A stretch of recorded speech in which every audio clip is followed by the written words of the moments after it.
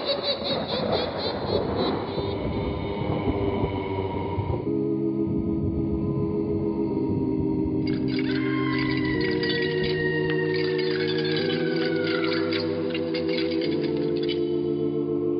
Mysterious Old Radio Listening Society podcast.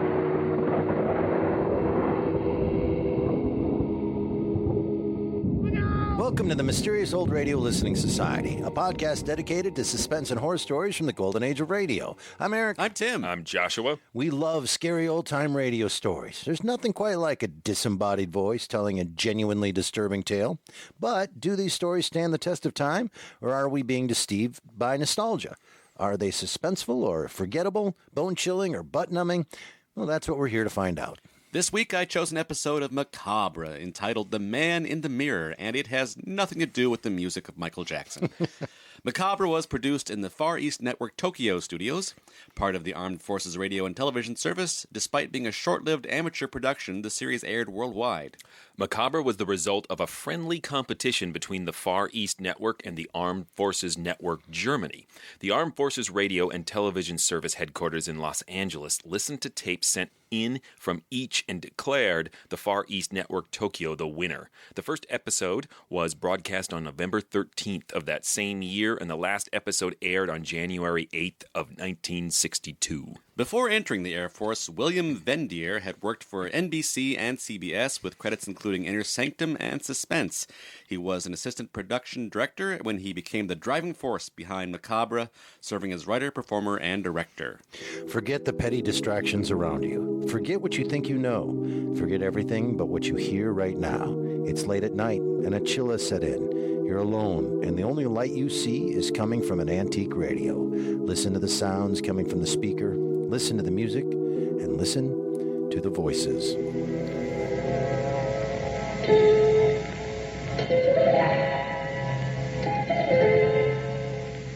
Man lives in a world of time and space.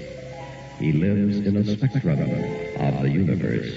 When he ventures beyond this limit, he is in the unknown, a realm where strange forces are brought into play. When man attempts to misuse these forces, he is sometimes destroyed. This is Macabre.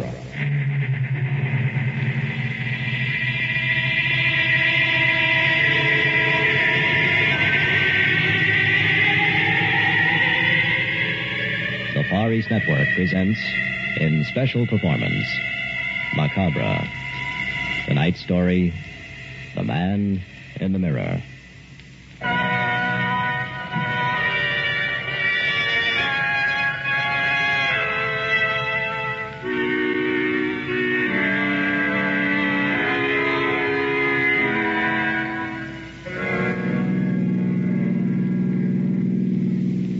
These freeways, always working on them. Only 2 lanes here. Why can't they make their repairs on off hours? No, gotta blast away during rush hour traffic. What's the matter with that guy ahead? How come he's slowing down? That'll teach him. Boy, I'm tired. Hard day at the office. Peg's got a hot supper waiting at home. I'd like to get there sometime today. That guy ahead didn't pay any attention to me at all. Come on, Buster, speed it up. 36, I want to get home. Okay, I'll pass you then. On full barrel car will leave you in nothing flat, buddy. How's that for speed, eh? Hey, truck. I can see it coming. Let me get back here on collision. Oh, no. I can't get away. Hey!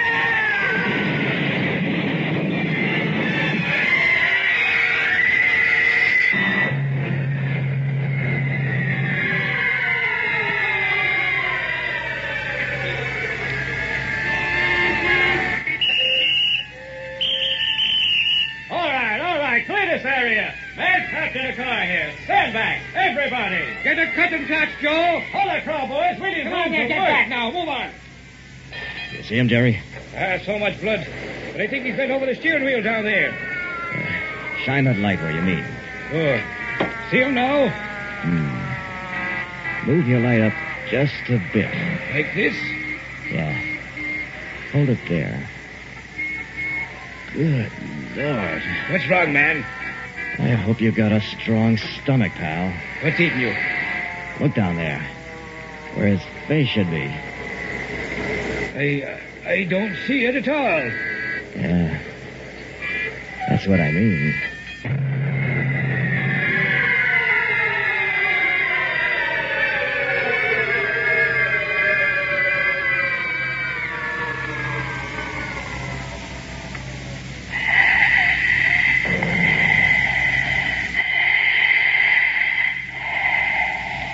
Not a chance to save this one, nurse.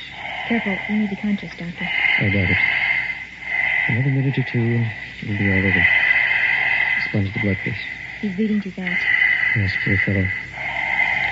Even if he lived, couldn't get through life like this. Doctor, respiration irregular. Won't be long, I'm afraid. Scalp me. I can hear every word they're saying. I can't move. Paralyzed. Scissors. The accident. That truck. I know what happened. Sponge. Almost nothing left of my head. Don't give up, Doc. Try to save me. Hemostat. Respiration shallow. Hardly worth the effort. Nothing can save this man. Please, Doc, don't quit. I know you can't hear me, but please try. Help me, Doc. Don't shake your head. I'm not homeless. I want to live. Doctor, Yes. respiration stopped. I see. Don't give up. I want to live. I don't want to die. Are you going to open his chest, Doctor? Heart massage. Yes. Absolutely hopeless.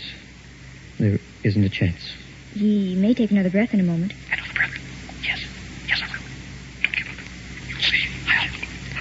I'll breathe. You'd better wash up, nurse. Oh, don't leave. A breath, Doctor.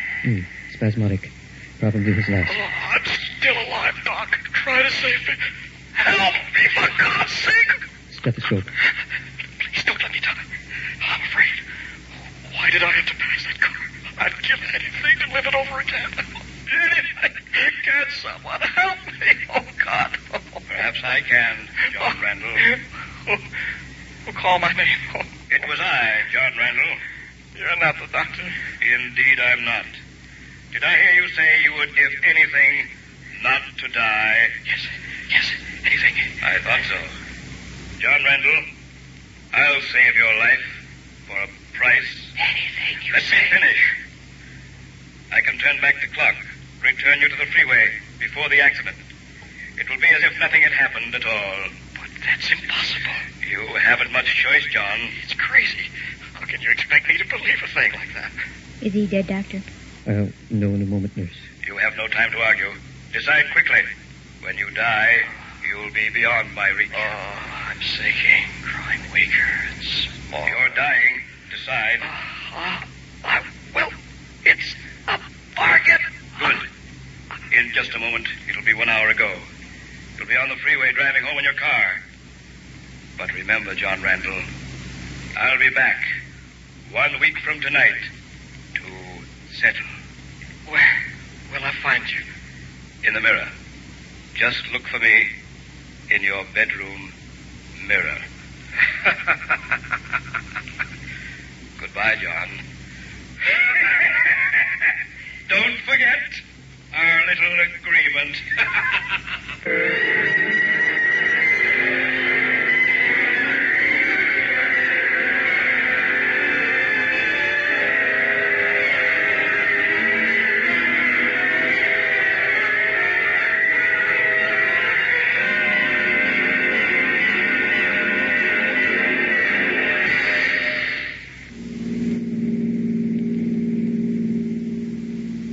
These freeways, always working on them. Only 2 lanes here. Why can't they make their repairs on off hours? No, gotta blast away during rush hour traffic. What's the matter with that guy ahead? How come he's slowing down? That'll teach him.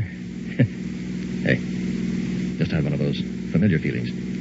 As if this had happened before. Strange. Now it's gone. Seems I almost remembered something unpleasant. It's not to pass that car up ahead. I don't think I'd better. Wonder why. Can't remember. Way truck accident. That's it. I was killed in a collision. Yeah. Can't be. Couldn't have happened. With me sitting here driving home. I dozed off for a minute, I guess. Yeah. Dreamed it. Sure. No other explanation. What a relief. I gotta get home. Peg's having steak for supper. And she's one wife who expects her husband to be on time.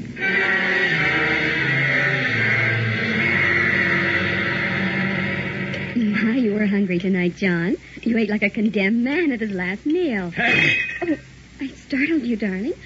Why so deep and quiet? Nothing. Just thinking. John, I honestly believe you've been working too hard, especially since you fell asleep driving home today. Oh, let's take a week off together and run down to Mother's. A week? Yes, dear. We haven't vacationed in 2 years, not since we were married. Mother says we can have the cottage on the lake. You called your mother? Just before you came home. Please, John. She wants us to come down. It's really a very nice lake, and you know how you like to fish. I don't think the office can spare me. Ask them. It takes time. We need plans. I can't just pick up and leave my job anytime I want. Say yes, darling. It'll be our second honeymoon, and I don't see much of you anymore. Oh, Peg. Mm-hmm. What would I do without you? Oh, not too well, I hope. Darling, I love you. Come here. Tell you what, call that old law firm you slaved for and tell them not to expect you back for a week. But, Peg, I can't... John! This bruise. Did you hurt your forehead? It's sore. Don't touch it. How'd it happen? I don't know. I probably banged it and I fell asleep driving home. That settles it. I'll call Mother in the morning and tell her to expect us. You need more rest, darling. Why, one of these days you may be killed driving home in all that traffic.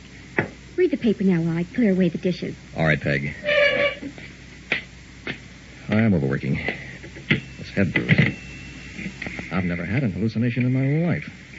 No, let's start now. I'll check this thing out. City Hospital. Could you, This is the city hospital. May I help you? yes, would you check to see if a man hurt in a collision died there this afternoon? What was his name, please? Randall. John Randall. Thank you. Just a moment. This is ridiculous. Asking about my own death. Must be crazy. Got to know. To be sure.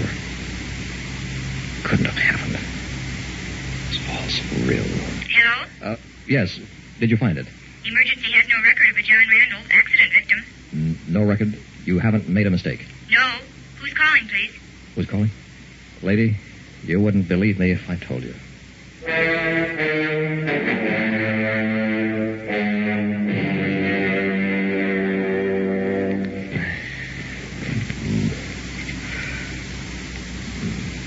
What's the matter? Can't sleep. It's too hot, I guess. It's nearly 5. Time to get up soon. Want some hot coffee? No. Maybe I'll drop off for a nap. You haven't slept all night? I don't think so. John, something must be wrong. You always sleep like a log. Don't get excited now, Peg. Shall I call the doctor? You know you've been working too hard. No, I'm fine. Will you keep quiet so I can try to get some rest, though? Oh, all right. You haven't said a thing about going to Mother's. Peg, I'm dead tired now. Shut up, will you? John, what's that on your forehead? No tricks, young lady. Now turn over and keep quiet. Darling, wait. I'll turn on the light. John! It's blood! What? Your forehead, it's bleeding. No, Peg. No, it didn't happen. I imagine the whole thing. Accident really didn't happen. Accident? John, you lie right there. I'll call Dr. Shane. Don't, Peg. You must have cut a vein. Look at your pillow. You've been bleeding all night.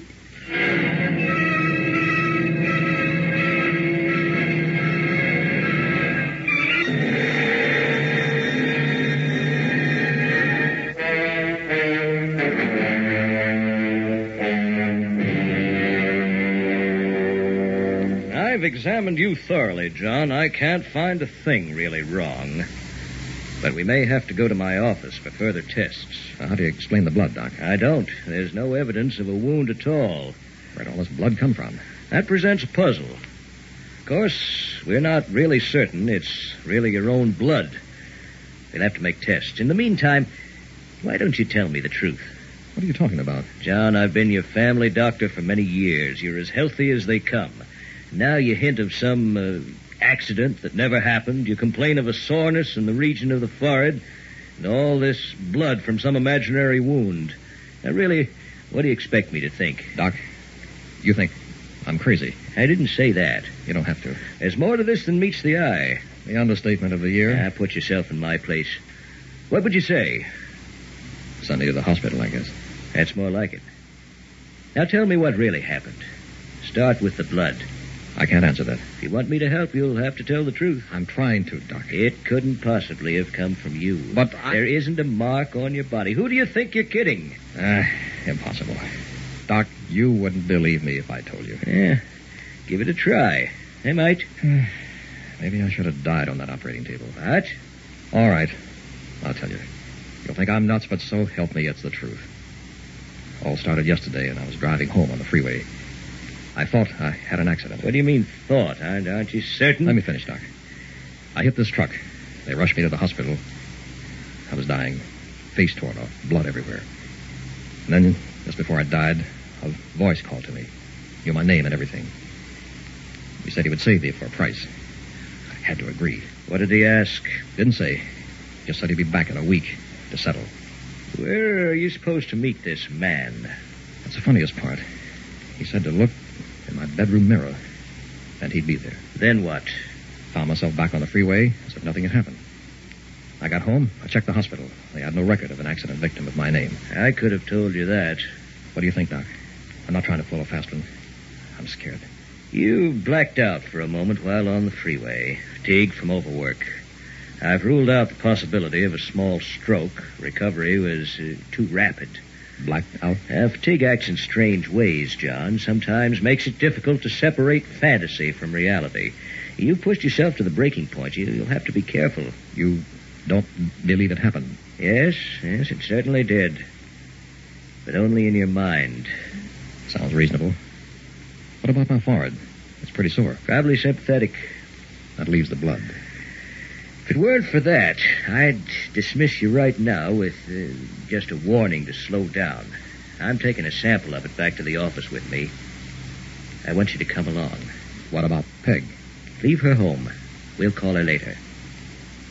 There's something here I don't quite understand.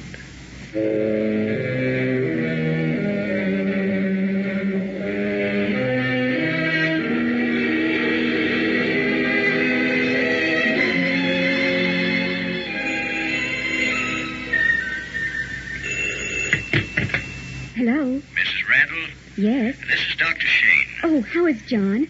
What did you find out? That's what I want to talk to you about. He's in the other room. He can't hear us. Is it serious? The blood on the pillow matches. It's his, all right. But I can't figure out where it came from. He checks normal in every way, with one exception. Oh? The results of the EEG test show a brainwave irregularity. Now, it would seem that John received a hard blow on the head. However, I can find no physical evidence to verify this. What does it mean, Doctor? Hard to tell at this point. I think he's nervously exhausted from overwork, practically in a state of shock from this nightmare of a freeway accident. That's pure fantasy. You must help him overcome it, Mrs. Randall. My mother wants us to visit her for a week on the lake. Splendid. By all means, go and make John rest. Do you think he'll be able to leave today? The sooner the better. And Mrs. Randall, Yes, Doctor. your husband has a fixation about some man in a mirror. It's a dangerous thing. It might grow. Try to convince him it never happened.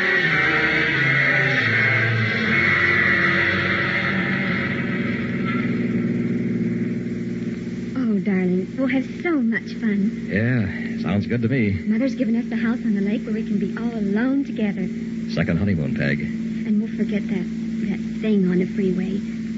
We'll forget it. It didn't happen. It didn't happen. Oh, John, I'm so glad you're sensible about it. Kiss? Mm. I love you, Peg. Oh, I brought the tennis racket. She talks about tennis at a time like this. Oh, let's hurry, darling. Sure, Peg. We deserve one last good time together.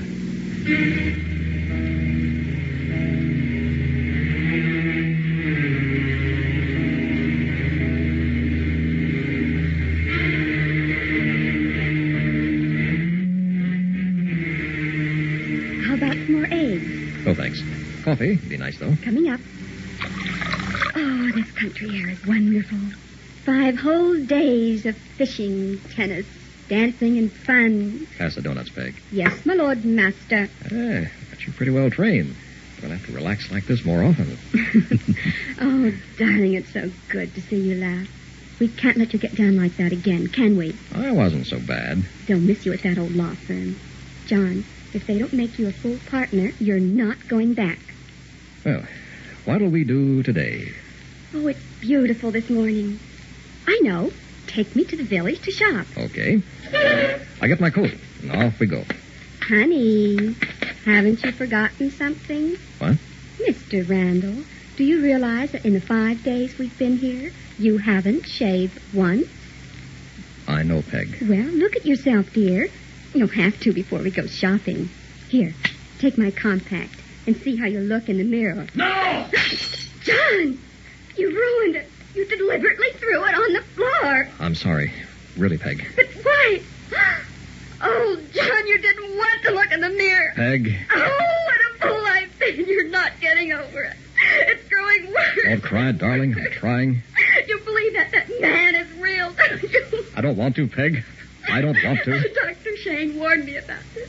He said it's up to you, John. You have to make up your own mind. It's only fantasy. Or you might spend the rest of your life in that other world. That bad? Yes, darling.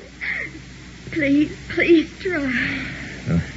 It's like telling my right hand my left one doesn't exist. Oh, you've got to try. All right, I'll try. Dr. Shane said if you give in, they'll have to take you away.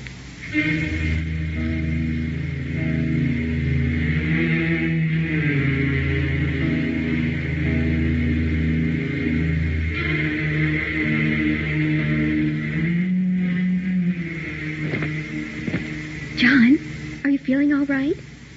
Darling, why don't you answer? It's not daylight yet. He's not in bed. Where is he? John? John? Shh! I'm here. By the window. What's the matter, darling? Don't you feel well? Quiet. Look out there. Can you see anything? Just the lake, the moon, and the trees on the other side. Shh. Listen. There is something out there. Maybe a dog. No. Dogs aren't that large.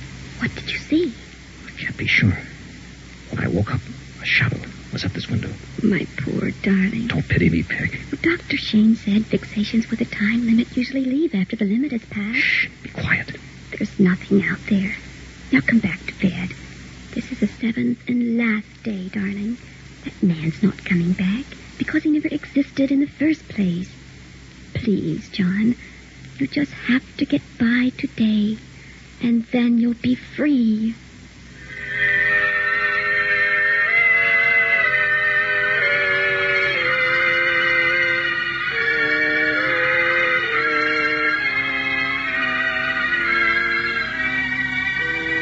It's so peaceful on the porch here by the lake. What's the time? Almost 7. Time's passed. We're safe. John, I'm proud of you. You won, darling. You stood your ground and won. Yeah. Really a sweat, eh? It just has to end this way. No one believes in witches and phantoms anymore. We're too scientific. Yeah. I can think clearly for the first time in a week. Now that it's over. Oh, we have this wonderful lake all to ourselves tonight. Mother went to the village, and no one for miles around. Isn't it romantic? Thanks for standing by me. Is that a proposal, sir? Darling. What'd you like to do this evening?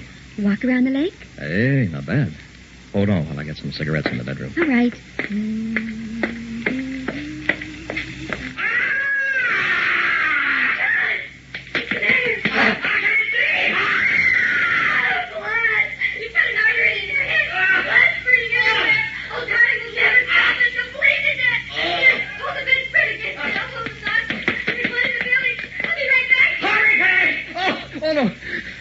I didn't cut an artery. The devil's work. He's here. You don't have to hide. I know you're here. My. Quite messy. You did come back. Where are you? In due time, friend. You didn't expect me to forget our appointment, did you? I'm bleeding to death. You haven't helped me a bit. You were badly maxed up. Difficult to remove all the traces. What is it you want? Merely as a timekeeper.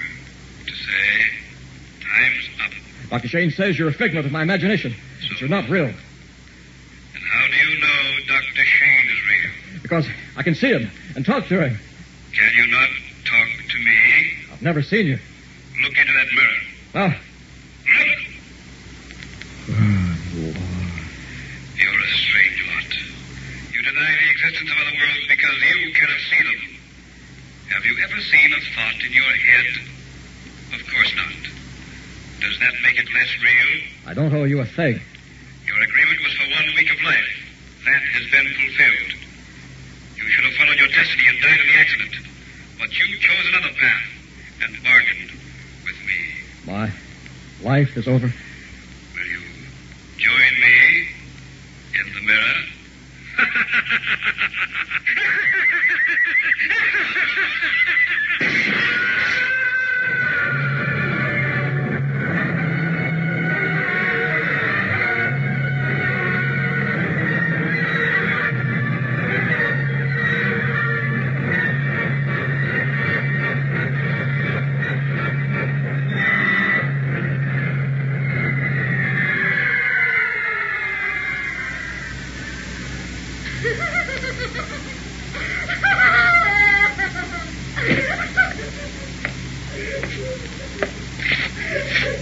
Mrs. Randall, I'm the coroner. You know, of course, your husband's dead. Don't see how he could have had such a terrible accident in a bedroom. Main point I can't figure, though, is why you didn't call me sooner. Mr. Randall's been dead a week.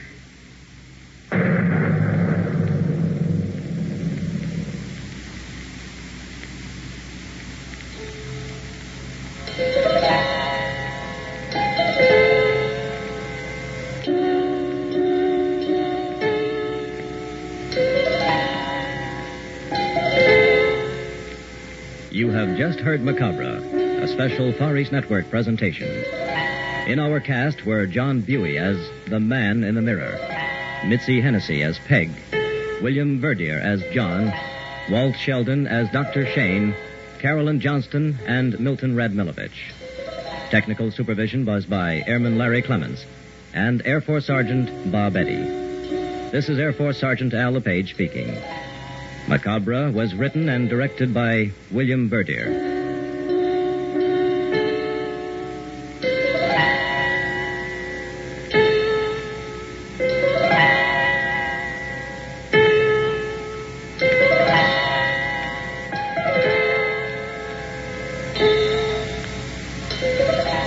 Macabre comes to you each week at this time through the worldwide facilities of the United States Armed Forces Radio and Television Service.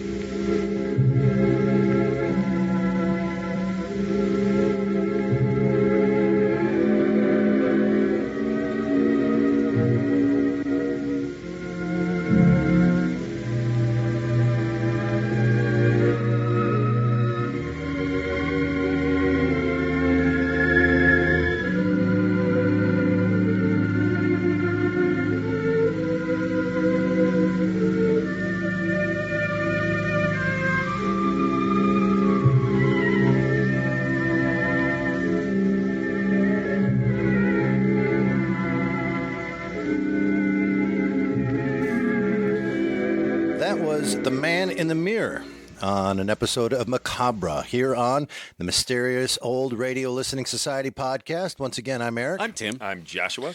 All right. I'd like to start our discussion of this stating how much I hate the word macabre. I hate this word. It is my whole life. I've never been able to figure out how to pronounce it. And it got worse because the CBS Radio Mystery Theater, which we're going to talk about a couple weeks from now, it's in their opening or in their close of that. Mm-hmm. And the word is pronounced differently, not only era by era, but from city to city. They pronounce macabre, right? Macabre. Yep. And then some people even give it a little bit of the macabre. And then some people, and this is macabre. It makes me crazy. I hate the word macabre. I had always pronounced it macabre. Yeah. And then because in this episode they say macabre, I felt obliged to do it. And I don't know if that's a Midwest macabre, because it sounds like macabre. It sounds think like it's it would be of the French origin, that it's supposed to be sort of macabre. The word has just always made me nuts. No one knows how to pronounce it. No one has ever figured it out ever. It's impossible. So I have We should just give up on this episode. I We can't get almost past did. The name of the show. I almost did. Oh, macabre. I'm not listening. Tim, why did you pick this one? There's a little sort of exposition that goes into this. So you guys probably know, but the listeners don't necessarily know it. I'm a board game guy. I play a lot of board games, work in the industry a little bit. And so this was described as sort of amateur production, even though it's not necessarily fair because a lot of the people behind it were professional radio technicians, but not necessarily writers, directors, performers. So listening to this with the ears of this is a production put on by amateurs. Back to the board game thing, a lot of times if you play a board game with someone who's really good at it, you learn new things because they're really good at it. But sometimes you play against someone who is completely new, because they don't know what is supposed to be the wrong way to play, they can teach you things you would have never found out in a million years. And so this episode to me was that of they did some amazing things in this episode that I don't know was what they thought was the good part. Yes. But yeah, that aspect is specific what really intrigued me about Give me this. an example of something that you thought was unintentionally amazing that they did. The main thing was the fact that until he actually smacks that mirror away from himself, you have no idea that he's not been looking in a mirror every day, that he doesn't even mention as a narrator whether or not he's looked in the mirror for days after he's made this deal. There's the reference to not shaving. Yeah, but that's the moment of, like, you haven't shaved, and then he refuses to look. And so retroactively, I as a listener realized, like, for days, he's been terrified looking in a mirror, and he never lets on as a narrator. I will tell you this, that until just a few minutes ago when we recorded the opening to this, I did not know this was done by amateurs. I did not know that this was not a professional performance. So I'm really shocked to hear that. It didn't, to me, sound amateur at all. It sounded great. Like I say, it's a little unfair to say it's amateur because these are people who have worked in radio. Oh, yeah. But they're not. But it was a contest. They weren't hired to produce this show. Right. So in that capacity, they weren't professional. I will say now that I know that, I think that the man, the main character, John Randall, it does explain kind of his stilted delivery. Yes. Yeah, I had a hard time getting past that. He sounds like the love child of Rod Serling and, and Jack Webb. You know, it's. I thought it was intentional, but it could. And it might have been, but I thought the choice sort of distanced yourself. Yep. I couldn't feel understand the character. And with the woman who I thought was fantastic. She sounded like she'd taken helium. And she was so high pitched. That contrast was really weird. I thought the contrast between just their acting styles was kind of weird because I thought she was really great and I thought she was doing a different show than he was, like just style wise. But that explains a lot, But it didn't bother me enough for me to go, oh, I'm having a hard time getting by it. I just thought, oh, well, he's making some odd choices. Well, to what Tim was describing, I think the whole scene when the doctor is operating on him and he's trying to talk to the doctor and the sounds on the page, that's a really great scene that is, again, I think kind of let down by the performances. Really? It reminded me of the Austin Powers, I'm still alive bit in Austin Powers because he's desperately, he sounds really kind of stilted and no, please, doctor, please. And I think it was a performance thing that just felt a little off, and there was some sound level things off where I felt like the heartbeat, which was a great idea underneath it all, or whatever, or it was the machinery going during the operation or examination. I couldn't hear what the doctor and nurse were saying all the time. The audio part also comes into play later when he does die in the room. There was a whole 20 seconds where I'm like, what's happening? And I listened to it a few times. I'm like, I can't discern who's saying what. Are you talking when he's screaming that he's bleeding? Yeah. Yes. And then she runs. I finally hear him say, run and get help. And I'm like, okay, I think that was terribly produced. But going back to what you were just saying, in my note here, it says one of my favorite parts is him trapped inside his body. I thought that performance was fantastic, being operated on, and he can't move, but he can see. You know what I mean? I think that is not only a classic, being trapped inside your own body. and no one being able to hear you is terrifying, terrifying thing. But I thought it was really well done. That was one of my favorite parts. I didn't catch anything where I went, "Oh, that's a little goofy." I It loved made me it. laugh, and again, everyone's a little different. Like, Right. I think it comes down to his performance. The guy who played John Randall, that he just didn't sell it, and it's such an absurd scenario that you've got to really shut the door on any sort of disbelief on the listener really quick for something that's so preposterous. I thought he did, but you didn't. Yeah, you caught it a little bit goofy. It helped, like it rescued it when the strange disembodied voice came in, because I think that actor's really good. Yep, it sounded like it was the same guy who played the Doctor. They sounded a little similar in voice. Like he might have just tweaked his voice, but I thought that guy was really scary. I thought the actor playing Randall at the end, even though the audio was off at the beginning, we were talking about the screaming, but when he is having that conversation with the disembodied voice and dying at the end, I thought that scene was really great. I thought it was real great performance. Did you find that over the top and a little accidentally comic? No, I think because the situation he didn't have to sell as hard as the situation at the operating table. Right. And he just could, scream and sound terribly horrified. And I think it's easier to alarm you as a listener. Plus, you've had this whole build-up. You kind of know what's going on at that point. I think the problem I had on the operating table is that you were kind of being introduced to the rules of this story, like how supernatural it's going to get. And like I said, it made me laugh, which was a stumbling block for some of the rest of it for me. Although I think there were some really interesting scenes that I hadn't seen played that way. Back to Tim's point, I thought when John goes to the doctor to tell him, this strange stuff has been happening. I have this blood on my forehead, but no wound. In most of these stories in this horror genre, that would be a quick scene. The doctor would just be like, "Here, take some tablets." It was really interesting to see a doctor portrayed as being really thorough.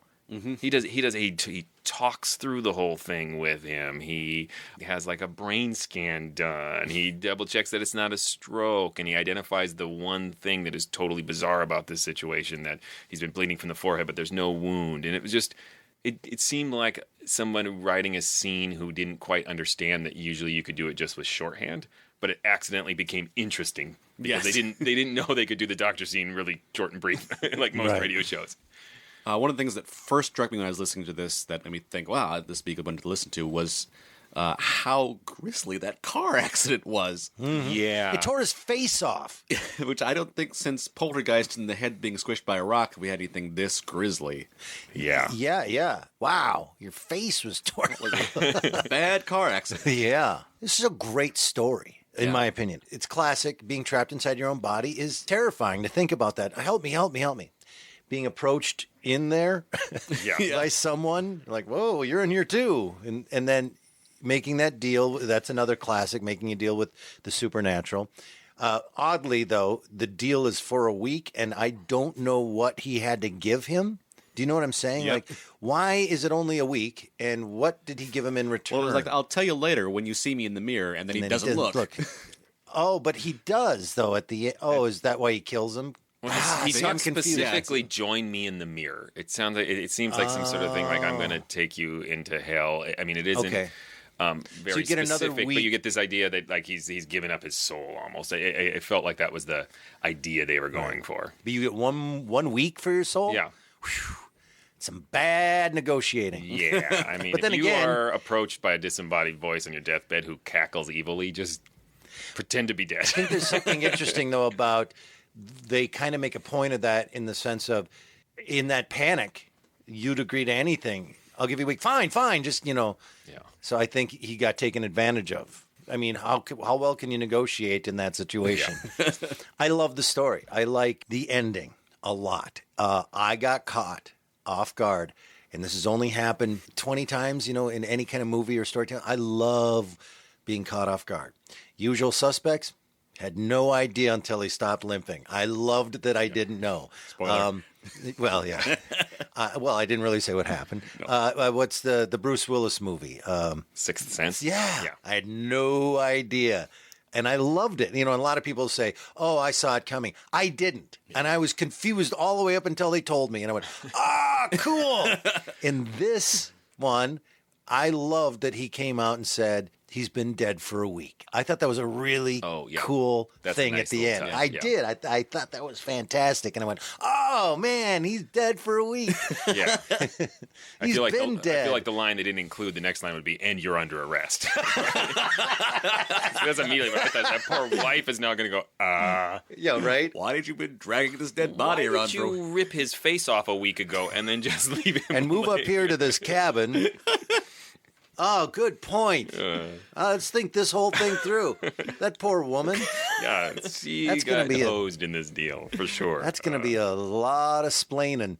There's another unintentionally funny scene that I actually really love. Again, might have been, I think it's maybe accidentally brilliant. I don't know. But when he decides, I'm going to call the hospital and see if I'm there and dead. Right? So, and it's not just that idea of a scene. Yeah. But then she's like, well, hold on, let me check. And he's left on hold, and he's talking to him. So I was like, this is crazy. This is absurd. Who wrote this? I mean, it's actually, but it's a kind of brilliant little moment to leave him uncomfortably sitting on hold. Yeah, and I had is he gonna beat that? Yeah, maybe. Yeah. And again, I think if you had more writing experience, you might not have written that. But yes, yeah. I think it's perfectly but it's logical. nice. It's a logical thing to do. If I was in that situation, I might. Did that happen? I think I'd call the hospital and see if that happened. But it is weird. Was I in there today? Yeah. With my face ripped off? Yeah. Oh, I was. Never mind. This is me. What? Well, look, I'll be right back. It uses that suspense horror trope of the limited amount of time. I think the last time we had one of these was in Casting the Runes. Casting the Runes from Escape many months ago. But it naturally just ratchets up the suspense as you get closer and closer. Mm-hmm. And I love that it's old enough that the only sign that you haven't looked at yourself in the mirror is that you haven't shaved. Now that you that would not be a tell today. Yeah. You'd be like, you haven't taken a selfie in 5 days. You're scared to look at yourself. I knew it was coming when she said, before we go, I said out loud, you have to go shave. I knew it was coming. I like this whole thing. I like this story. I like how it was done. I love the scariness. So going back to the audio that we couldn't discern, and I had to go back and listen to that scene. Like, what are they saying? Oh, this is terrible. They're just screaming. That's not very well done. And then I thought, actually, the chaos of that is gorgeous. You know, like, I can't see what's happening. I can't discern. And then he says, there's blood everywhere. And then the guy starts talking, and it's not an artery, you know, and you hear little things just enough to see this blood everywhere in the room, you know? So I think, again, accidentally, bad audio created a really chaotic scenario.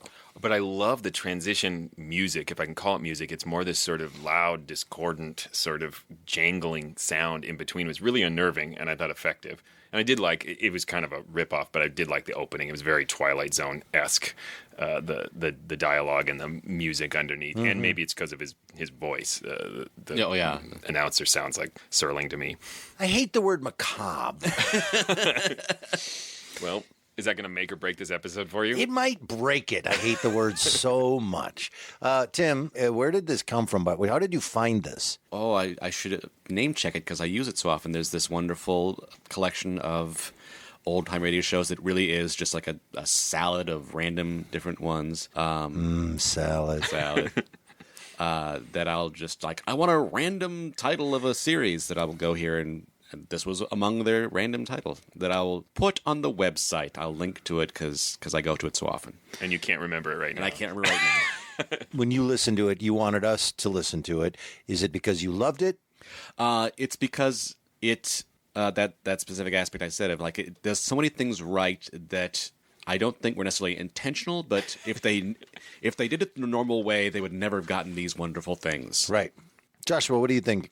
Yeah, I enjoyed it. I think it was very different from other things for all the reasons Tim just said that we usually listen to, while on the surface really being pretty traditional. It's a traditional horror, supernatural story. And some untraditional things, too. Yeah, and the untraditional things are really small. So it's something that I think if you listen to a lot of old-time radio first, you will appreciate this more, to see the variations, intentional or not, that they pull off. So I would say, you know, It was fun to listen to, not a classic, but I would definitely listen to some other episodes of Macabre.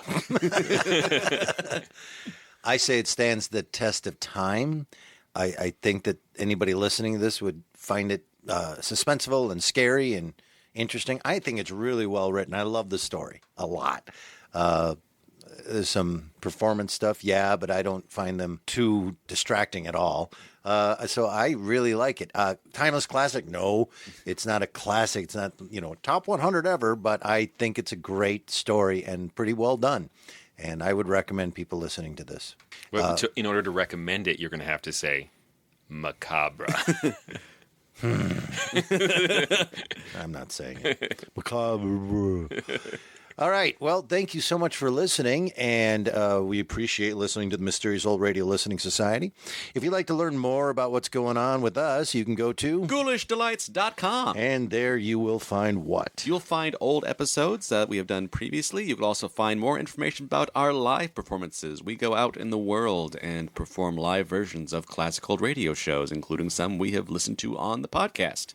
And we will be performing those at the James Hill Center in downtown St. Paul, Minnesota, and through May. So please, if you can and you're in the area, drop in and pay the, $15 for a solid hour of really great entertainment, because we're really good. We are professional. While you're listening to this, you could do us another favor. Yeah, you could go to iTunes and leave us a swanky review, a 5-star nice review, or any star review, really. We honestly just want to hear back from you guys and let us know if you're enjoying it or if you have any suggestions. And reviews of any kind really do help. It helps draw attention to the podcast on iTunes, so thank you. Next time, what are we listening to? We are listening to The Mysterious Traveler, an episode called The Good Die Young. So it's going to be a really uplifting, positive, life-affirming episode. Until then. Look out!